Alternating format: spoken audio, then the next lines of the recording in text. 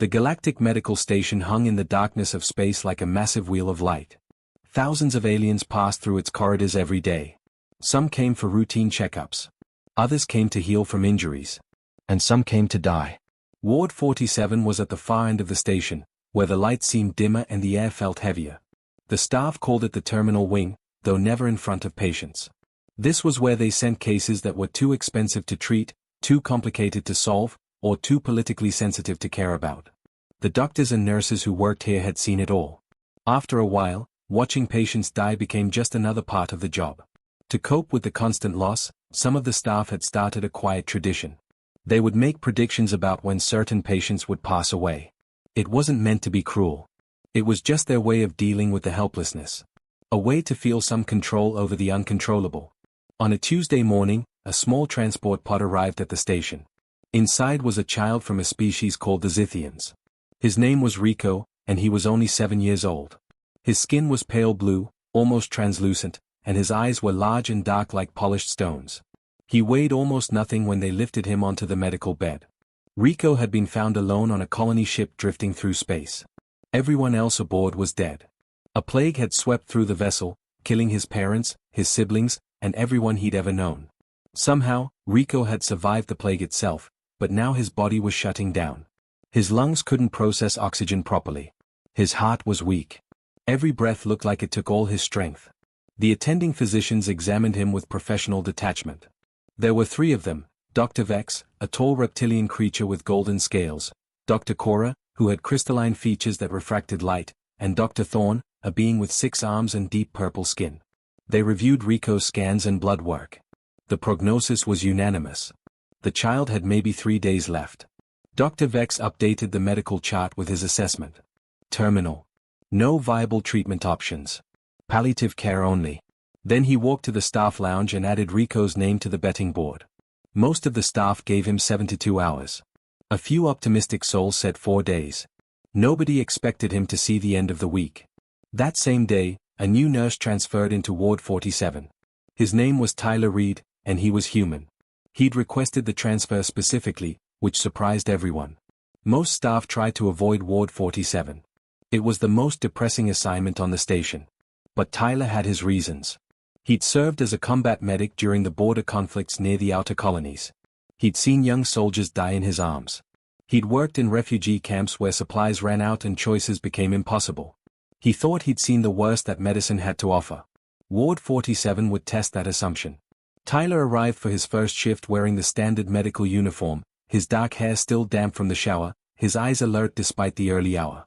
The charge nurse, a stoic alien named Pex, gave him a quick orientation. 15 beds. 12 currently occupied. Minimal interventions. Keep them comfortable. That was the job. Tyler walked slowly through the ward, reading each chart mounted at the foot of the beds. An elderly Vorgan with organ failure. A Tyryn whose crystalline structure was fracturing. A Kelter warrior poisoned by a weapon that had no antidote. Each case was a tragedy. Each patient was someone's family. When he reached bed 12, Tyler stopped. The child lying there looked so small, so fragile. Tyler picked up the chart and read through it carefully. Zithian male, age 7, respiratory failure, cardiac weakness, systemic breakdown. Estimated time remaining, 48 to 72 hours. But something caught Tyler's attention. The medication protocol listed in the chart used dosages that seemed high. Very high. He pulled out his portable data tablet and looked up Zithian physiology. The more he read, the more concerned he became. The medications being administered were standard treatments for adult Zithians. But there was a note buried in the research literature, something most doctors probably missed because Zithian children were so rare. Juveniles of the species produced an enzyme that adults didn't have. This enzyme changed how their bodies processed certain drugs. What healed an adult could poison a child. Tyler read the note 3 times to make sure he understood it correctly. Then he looked at Rico, lying unconscious in the bed, struggling for each shallow breath. They were killing him. Not intentionally. Not maliciously. But the treatment itself was making him worse. Tyler immediately went looking for Dr. Vex. He found him in the medical office, reviewing scans for another patient. Tyler explained what he'd found as clearly and respectfully as he could. He showed the research. He pointed out the enzyme difference. He suggested they needed to change the protocol immediately. Dr. Vex listened without much interest. When Tyler finished, the doctor's response was dismissive. Humans had only joined the galactic medical community a few decades ago. Their understanding of alien biology was limited. Besides, the child was dying anyway. Changing treatment protocols required approval from multiple departments. It would take time they didn't have. Resources they couldn't spare. It wasn't worth the effort for someone who was going to die regardless. Tyler stood there in the office, the tablet still in his hand, feeling frustration build in his chest. He thought about pushing harder, demanding action, making a scene. But he was new here. He had no authority. And Dr. Vex had already turned back to his work, the conversation clearly over. Tyler returned to Ward 47 and stood beside Rico's bed. The boy's breathing was getting worse. His skin had taken on a grayish tint. According to the timeline, he had less than 2 days left. In the staff lounge, someone had just updated the betting board. The new prediction was 40 hours. Tyler made a decision then. It wasn't the smart decision. It probably wasn't even the legal decision. But it was the only decision he could live with. If the system wouldn't save this child, then he would do it himself. He pulled up a chair beside bed 12 and got to work. Tyler spent his entire night shift in the medical library. The station's database contained thousands of files on alien biology, medical journals from dozens of worlds, and research papers written in languages he needed the computer to translate. His eyes burned from staring at the screen, but he kept searching. Most of the information on Zithians was about adults. Their species had been hit hard by wars and disease over the past century. There weren't many of them left, and children were extremely rare. That's why the medical protocols focused on adult physiology. Nobody had bothered to study the differences in children because there were so few cases. But Tyler found fragments of information scattered across different sources. A biology paper from 30 years ago. An autopsy report from a Zithian juvenile who died in an accident. A single paragraph in a medical textbook that mentioned enzyme production in young Zithians. He pieced it together like a puzzle. The enzyme was called Thysin 7. Zithian children produced it naturally until puberty, when their bodies stopped making it. Adults didn't have it at all. This enzyme changed everything about how medications were processed. The drugs they were giving Rico were being metabolized incorrectly. Instead of helping him breathe, they were essentially poisoning his system. Tyler printed out every relevant document he could find. By the time his shift ended at dawn, he had a stack of papers and a proposed treatment plan. He was exhausted but energized. This could work. This could actually save the kid. He went straight to the medical board's morning meeting. Dr. Vex was there, along with Dr. Cora and 3 other senior physicians. Tyler waited for an opening in their discussion, then presented his findings. He laid out the research papers on the table. He explained the enzyme. He showed them exactly what needed to change. The doctors looked at his evidence with mild interest. Dr. Cora picked up one of the papers and skimmed it. Dr. Vex examined another. Tyler waited, his heart pounding, hoping they would see what he saw. Dr. Thorne spoke first. "This is interesting research, Nurse Reed. But implementing a new protocol requires extensive review. We would need approval from the Pharmaceutical Board, the Ethics Committee, and the Medical Oversight Division. That process typically takes 6 to 8 weeks. The child doesn't have 6 weeks, Tyler said. He has maybe 36 hours. Which is precisely why we cannot act, Dr. Vex replied. Even if we began the approval process immediately, the child would expire before completion. We cannot justify the resource expenditure for a statistically impossible outcome." Tyler felt his frustration rising. "It's not impossible. The research clearly shows." "The research shows a theoretical possibility," Dr. Cora interrupted. "Based on limited data from a species with very few documented cases. You are asking us to override established protocols based on conjecture. That is not how medicine works." "Then how does it work?" Tyler asked, his voice tight. "We just let children die because the paperwork takes too long."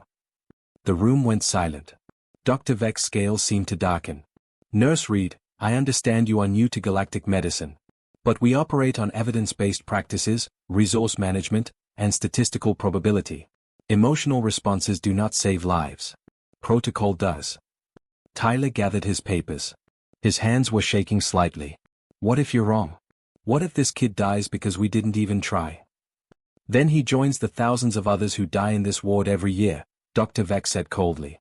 "That is the nature of terminal care. The sooner you accept this, the easier your work here will become." The meeting ended. Tyler walked back to Ward 47 feeling defeated. He passed the staff lounge on the way and saw the betting board. Someone had updated it again. 24 hours now. The odds were getting shorter.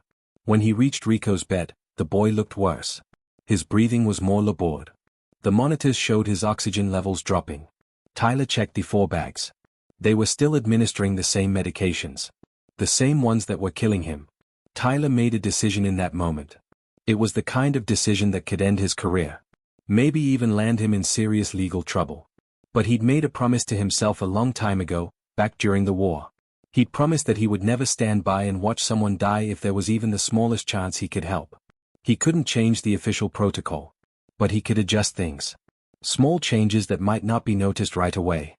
He started by reducing the dosage of the primary medication by 30%. He calculated what he needed based on his research. Then he used his personal credit account to purchase alternative compounds from the station's pharmacy.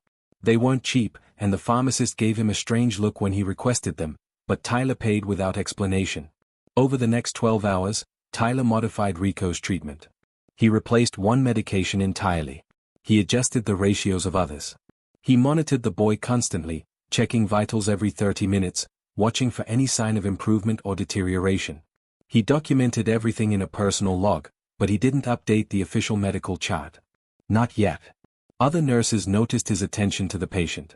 A Kelter nurse named Dex approached him during the evening shift. "You are spending much time with the Zithin child. Why? He will be gone soon."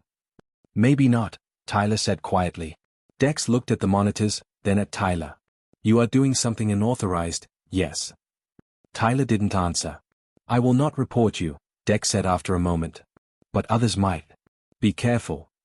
By midnight, something changed. Rico's oxygen levels stopped dropping. They didn't improve much, but they stabilized. His breathing seemed slightly less strained. It was subtle, barely noticeable, but Tyler saw it. The next morning, Dr. Vex made his rounds. He checked Rico's chart and frowned. "The patient is still alive." "Yes," Tyler said. "Unexpected." Dr. Vex studied the monitors. "Though it changes nothing. He will decline soon enough." After the doctor left, Tyler allowed himself a small moment of hope. The treatment was working. Not dramatically, not miraculously, but it was working. The boy's body was responding. But that afternoon, everything fell apart. A supervisor conducting a routine audit noticed discrepancies in the medication logs. The amounts didn't match what was documented. They checked the pharmacy records and found Tyler's purchases. Within an hour, he was summoned to the administrative office. Dr. Vex was waiting there, along with the station's medical director and a security officer. The evidence was laid out on the desk. Unauthorized treatment. Protocol violations. Falsification of medical records. "You are suspended effective immediately," the medical director said. "Pending a full investigation. If the patient dies, you will face criminal charges. If he survives." She paused. "We will reconsider the situation." Tyler was escorted from the ward. As he left, he saw the staff lounge one more time. The betting board had a new entry written in bright letters: "Humans experiment fails tonight." They gave Rico 8 hours. Maybe less. Tyler sat in his quarters that evening, knowing he couldn't return to the ward, knowing the boy was alone again with the wrong treatment being resumed. He'd tried. He'd failed. And now Rico would die, just like everyone predicted. Unless he did something drastic. Tyler stood up, grabbed his medical bag, and headed back toward Ward 47. When security stopped him at the entrance, he looked them in the eyes and said 5 words that would change everything. "Over my dead body he dies." The 2 security officers blocked the entrance to Ward 47. Both were Vorgath, built like walls with thick gray skin and arms that could probably bend steel. They'd been given clear instructions. Tyler Reed was suspended. He wasn't allowed near the patients. Tyler stood in front of them, his medical bag over his shoulder, his jaw set. "I need to check on my patient." "You are no longer assigned to this ward," the larger guard said. His voice sounded like gravel in a mixer. "Leave now, or we will escort you to detention. That kid in there is dying because of the wrong treatment. You know that, right? You're not just following orders. You're helping kill a child." The guards exchanged a glance. The second one, slightly smaller but still massive, shifted his weight. "We follow station regulations. You should do the same." Tyler took a step forward. I'm going in there. You can either let me, or you can drag me away. But I promise you, I'll make enough noise that everyone on this station will know what's happening. Every species, every news outlet, everyone will hear about how we let a 7-year-old die because of paperwork. The larger guard reached for his comm device. We need a supervisor at Ward 47. Immediately. Within minutes, a small crowd had gathered. Nurses from other wards. A few off-duty doctors. Even some patients who could walk had come to see what the commotion was about. Word was spreading fast through the station. The human nurse was causing trouble again. The supervisor who arrived was Dr. Cora, the crystalline physician from the medical board. Her facete body caught the light as she approached, making her look like a walking prism.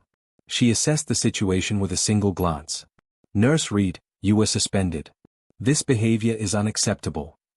What's unacceptable is letting that boy die when we can save him, Tyler shot back. Check his vitals from this morning. Check them from yesterday. He was improving with the modified treatment. Now you've switched him back, and he's declining again. Dr. Cora's expression was hard to read on her crystalline features, but her tone was cold. Your unauthorized experiments put the patient at risk. The medical board has determined that standard protocol will resume. Standard protocol is killing him. That is your opinion. Not medical fact. Then let me prove it. Give me 24 hours.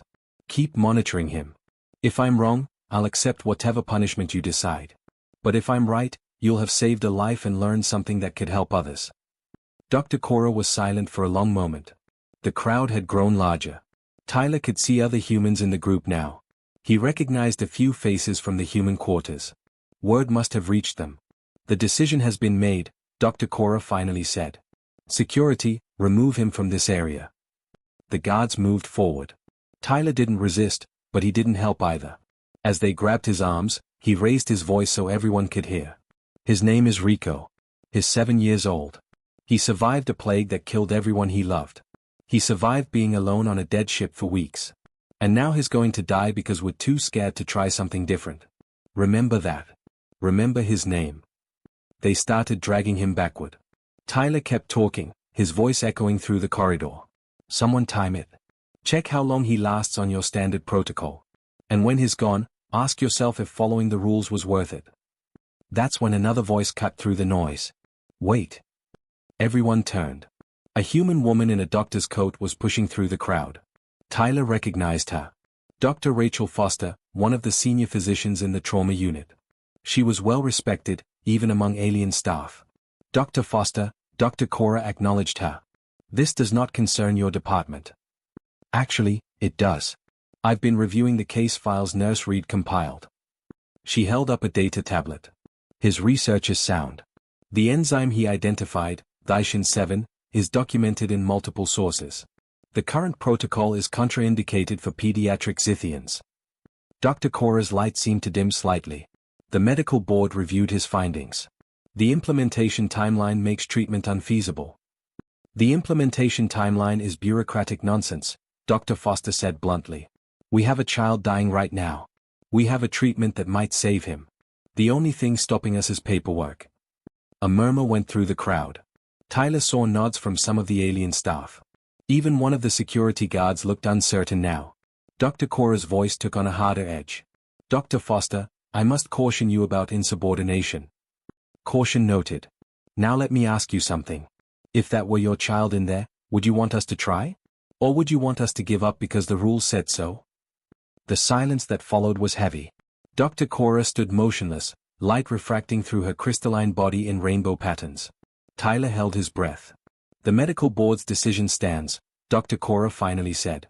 However, given the public nature of this situation, I will convene an emergency session. Dr. Foster, you will present your analysis.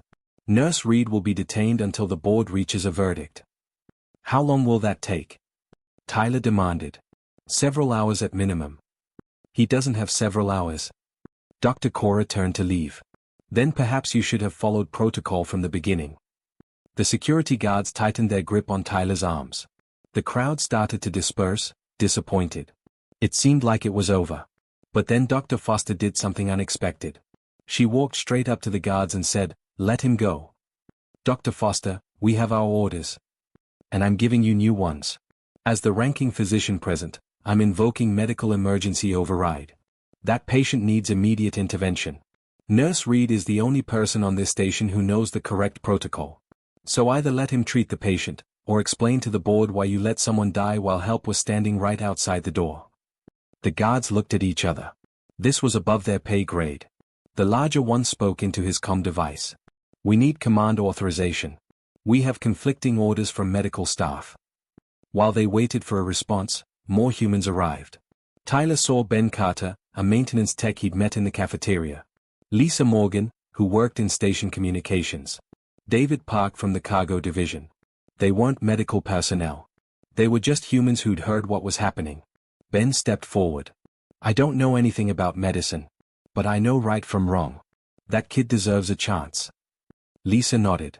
We all do. That's what makes us human. More voices joined in. Not just humans now. A young Kelter intern Tyler had seen around the ward. A TRYNN nurse who'd been kind to him on his first day. Even one of the Vorgath doctors who usually ignored him.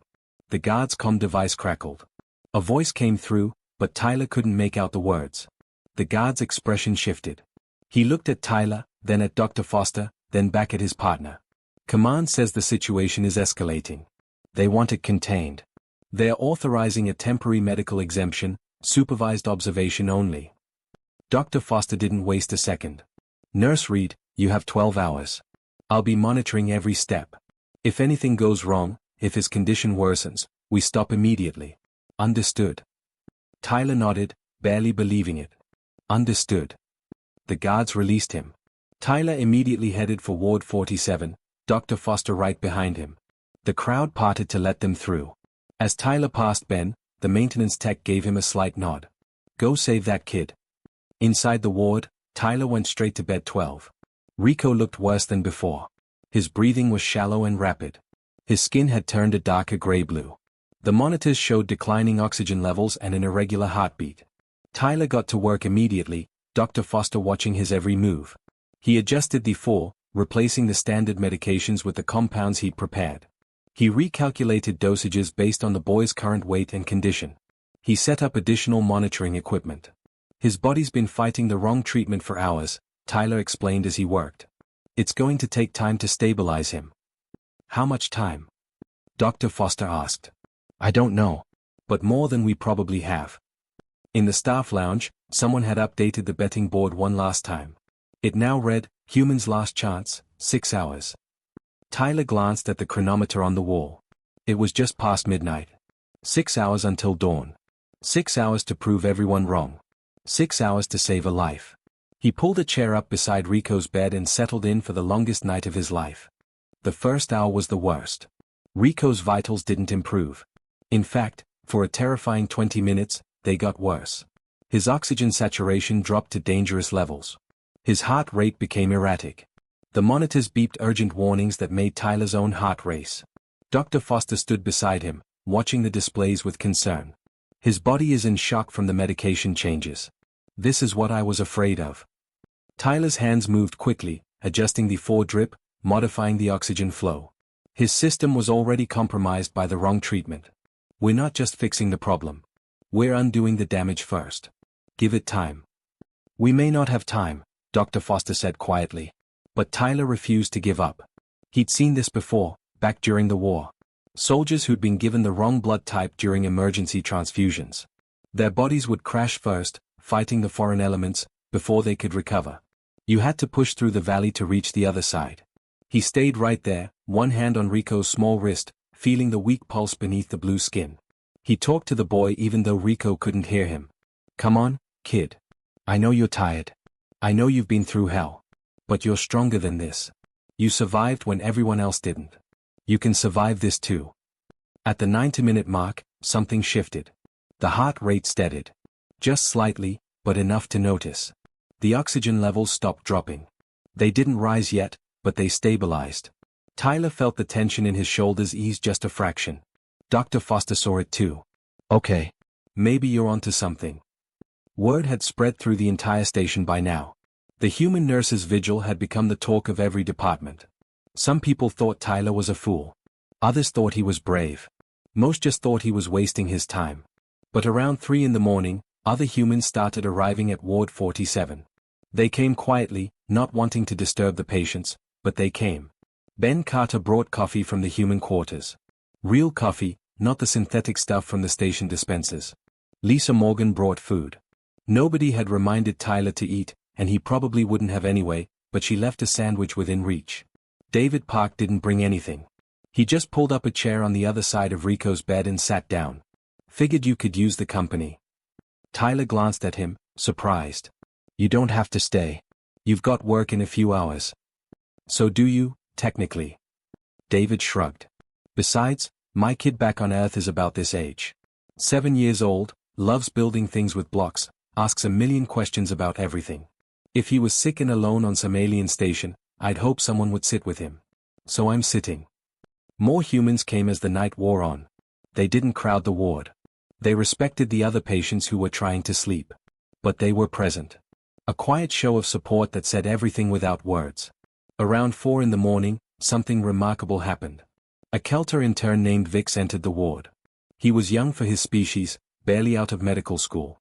He approached Tyler hesitantly. Nurse Reed? I reviewed your research.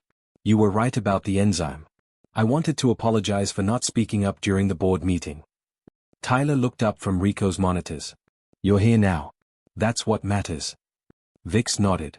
Is there anything I can do to help? Actually, yes. Can you run a blood panel? I need to check his Thytion 7 levels. Vix got to work immediately. 20 minutes later, he returned with results that made Tyler's exhaustion disappear. His enzyme production is normalizing. The treatment is working. Dr. Foster checked the results herself, then looked at Tyler with something like respect. I'll be damned. You were right. By 5 in the morning, the change was undeniable. Rico's breathing had eased. His color was better, the grayish tint fading to a healthier blue. The monitors showed steady improvement across every metric. His heart rate was stronger. His oxygen levels were climbing. Tyler felt tears prick his eyes but blinked them back. It wasn't over yet. The kid was still critical. But he was fighting. He was coming back. Dr. Vex arrived for the early shift at 6. He walked directly to bed 12, examined the monitors, and stood there in silence for a long moment. The betting board had predicted the child would be dead by now. Instead, he was improving. How? Dr. Vex finally asked. Tyler looked up at him, his eyes red from lack of sleep but clear with conviction. Because I didn't accept that he had to die. None of us did. He gestured to the humans scattered around the ward, to Vix who was still running tests, to Dr. Foster who'd stayed the entire night. Dr. Vex studied the group, his reptilian features unreadable. Your species is very strange. Illogical. You fight battles you cannot win. Sometimes we can't win, David spoke up from his chair. But we fight anyway. Because giving up means accepting things we shouldn't accept. Like a kid dying when he doesn't have to. Another voice joined the conversation. It came from bed 7, where an elderly Vorgath patient had been watching everything unfold. The human is correct. I have fought in 3 wars. I have seen many species face death. But humans face it differently. They treat it like an insult rather than inevitability. A TRYNN patient in bed 4 added their thoughts, their crystalline voice chiming like bells. Perhaps that is what we have forgotten. The value of refusing to accept defeat. Dr. Vex said nothing. He simply updated Rico's chart with the new vitals and left the ward. At 7:30 in the morning, something incredible happened. Rico's eyes opened. Just for a moment, just a flutter of consciousness, but his large dark eyes focused on Tyler's face. His skin rippled with color, shifting from blue to a soft purple. Vix gasped. That's recognition. He knows you. Tyler leaned closer. Hey there, buddy. Welcome back. Rico's eyes closed again, but his breathing remained steady. He was sleeping now, not unconscious. There was a difference, and everyone in the ward could feel it. Dr. Foster placed a hand on Tyler's shoulder. You did it. Against all odds, all logic, all conventional medicine. You actually did it. Tyler shook his head. We did it. All of us. The sun began to rise outside the station, visible through the large observation windows at the end of the ward. The light caught the edges of medical equipment, painting everything in shades of gold. The night vigil was over. Ben stood up and stretched. I should get to work. Got reactors to maintain. Lisa checked her communicator. Yeah, I've got the morning news brief to prepare.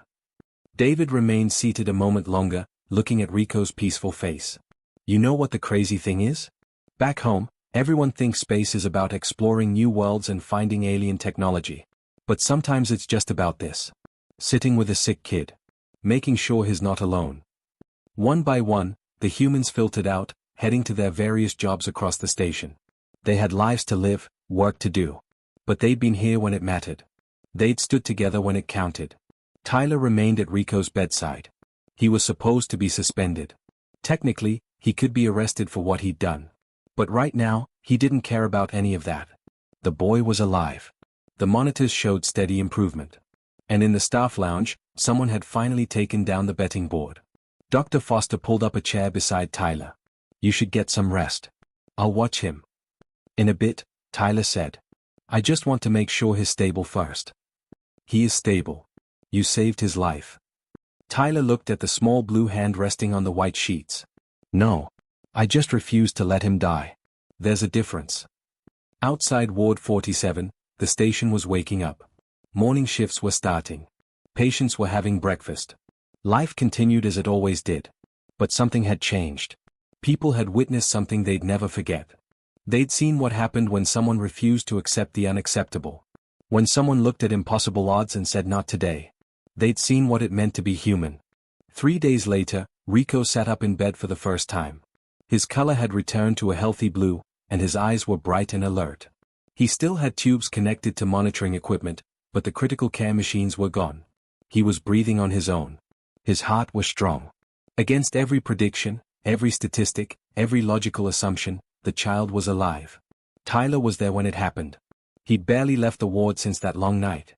Dr. Foster had officially reinstated him after 24 hours, once it became clear that Rico was truly recovering. The suspension was quietly forgotten. Nobody wanted to punish the nurse who'd saved a dying child. When Rico sat up, his skin began changing colors. Tyler had learned this was how young Zithians communicated. Blue meant calm. Purple meant trust. Red meant distress. Right now, Rico's skin rippled through shades of purple and soft gold, colors Tyler hadn't seen before. Vix, who'd been stopping by regularly to check on his patient, explained. Gold is joy. Is happy. And the purple means he feels safe with you. Rico reached out a small hand toward Tyler. His fingers were thin and delicate, like a bird's bones. Tyler took the hand gently. The child's grip was surprisingly strong. You're going to be okay, kid, Tyler said softly. You're going to make it. The medical board convened that afternoon. This time, it wasn't to punish Tyler. It was to understand what had happened. How a child who'd been given days to live was now sitting up, eating, and showing every sign of full recovery. Tyler presented his findings formally this time. He explained the enzyme, the medication interactions, the modified treatment protocol he'd developed. Dr. Foster corroborated everything, adding her own observations from the night she'd supervised. The board members listened in silence. When Tyler finished, Dr. Vex spoke first. His tone had changed. The dismissiveness was gone. Nurse Reed, your research has revealed a critical gap in our medical knowledge. We have treated Zithians for decades, but we never documented the pediatric differences because juvenile cases were so rare. Your findings will be distributed throughout the Galactic Medical Network immediately. Dr. Cora added, we are also implementing a comprehensive review of all pediatric treatment protocols. If this gap existed for Zithians, it likely exists for other species as well. Tyler nodded. That's good. But there's something else you should consider. The board waited. Ward 47 has a culture problem, Tyler said carefully. The betting board. The assumption that terminal means hopeless. The staff has stopped trying because they've seen too much death. But giving up on patients before they're actually gone? That's not medicine. That's just waiting for people to die. The room was quiet. Several board members looked uncomfortable. They knew he was right. Dr. Vex finally spoke. What do you suggest? Hope, Tyler said simply. Bring hope back to that ward. Not false hope or denial. But genuine belief that some of these patients might surprise us if we actually try. Review cases more carefully. Question assumptions. And never, ever bet on when someone's going to die. The following week, changes began rippling through Ward 47. The betting board was permanently removed. A new policy was implemented requiring secondary reviews for all terminal diagnoses. Staff were encouraged to question protocols and suggest alternatives. More importantly, the survival rate began to change. A TRYNN patient who'd been written off as untreatable was given an experimental therapy. She recovered. A Kelter warrior with supposed terminal poisoning was treated with a combination approach that nobody had tried before. He walked out of the ward 3 weeks later. Not everyone survived. Death was still part of Ward 47. But it wasn't the default assumption anymore. The staff started fighting again. They remembered why they'd become medical professionals in the first place. Tyler's treatment protocol for Rico was officially documented and distributed to medical stations across the galaxy. Within a month, 3 other Zithane children were treated successfully using his methods. Lives were being saved because one nurse had refused to give up. But the real recognition came from an unexpected source. 6 weeks after that desperate night, a small ship arrived at the station. It carried representatives from the Zithane Collective, the governing body of Rico's species. There weren't many Zithians left in the galaxy, but those who remained had heard about the human nurse who'd saved one of their children. The delegation was led by an elderly Zithane woman whose skin bore the scars of long life. She walked slowly into Ward 47, accompanied by 2 younger Zithians. They approached Rico's bed, where the boy was now well enough to play with a handheld game device that Ben had brought him. When Rico saw them, his skin exploded in bright gold. He recognized his own people. The elderly woman spoke to him in their native language, her skin flashing through rapid color changes. Rico responded, his colors dancing in patterns Tyler couldn't understand but could feel the emotion behind. Then the woman turned to Tyler. Through a translator device, she spoke. I am Elder SYX. Rico is my sister's grandson. We thought all of her line was lost in the plague. When we heard he lived, and how he came to live, we had to come. He's a strong kid, Tyler said. He did most of the work himself. I just gave him a chance. Elder SYX's skin shifted to deep purple. You gave him more than a chance. You gave him tomorrow. In our culture, there is a ceremony. We call it Kathene. It means life bond. It recognizes one who has saved a life as family forever. We would like to perform this ceremony for you, if you accept. Tyler felt a lump in his throat. I'd be honored. The ceremony was simple but profound. Elder SYX placed her hand over Tyler's heart, and Rico placed his small hand on top of hers. She spoke words in Zithane that the translator rendered as, your heart beat for him when his grew weak. Your breath filled his lungs when his failed. You are Kathene. You are forever family. When it was done, Elder SYX presented Tyler with a small crystal pendant. This is a Zithane memory stone. It contains recordings of Rico's family, their voices and images, so he will never forget where he came from. We give you a copy, so you will always remember what you fought for. Tyler accepted the gift with shaking hands. He looked at Rico, who was watching him with those huge dark eyes, his skin glowing soft purple and gold. 2 months after that terrible night in Ward 47, Rico left the station with his relatives. He was fully recovered, healthy and energetic. On his last day, he ran to Tyler and wrapped his thin arms around the nurse's waist. His skin flashed through every color Tyler had learned. Joy. Trust. Love. Gratitude. Thank you, Rico said in accented standard, one of the few phrases he'd learned. Thank you for not giving up. Tyler knelt down to the boy's level. I'll never give up, kid. That's a promise. You take care of yourself out there. After they left, Tyler stood at the observation window, watching the small ship depart. Dr. Foster joined him. You changed everything, you know, she said. Not just for that boy. For this whole station. People are talking about the human who fought death and won. It's inspiring. Tyler shook his head. I just did what anyone should do. I saw someone who needed help, and I helped. That's not what anyone would do. That's what humans do. You reminded us all what medicine is supposed to be about. Not statistics or protocols or resource management. It's about people. About lives. About never accepting that someone has to die if there's even the smallest chance they don't. Over the following months, something extraordinary happened. The story of Rico and Tyler spread across the galactic network. Medical stations everywhere began questioning their own assumptions. Terminal wards were reviewed. Protocols were challenged. Hope was reintroduced into places where it had long been forgotten. And in hospital staff lounges across dozens of worlds, a new phrase started appearing. When doctors faced impossible cases, When nurses encountered dying patients that everyone else had written off, someone would ask a simple question that changed how they approached care. They would ask, what would the human do? The answer was always the same. The human would try. The human would fight. The human would refuse to accept death until death absolutely could not be refused any longer. Tyler continued working in Ward 47. He became its head nurse within a year. The ward's survival rate climbed from 15% to 43%. It was still a place where people came to die, but now it was also a place where some people came back to life. On quiet nights, when Tyler made his rounds, he would sometimes touch the crystal pendant hanging around his neck. Inside it were the voices of Rico's family, speaking in colors and sounds he didn't understand but felt deeply. They reminded him why he did this work. Why he fought. Why he never gave up.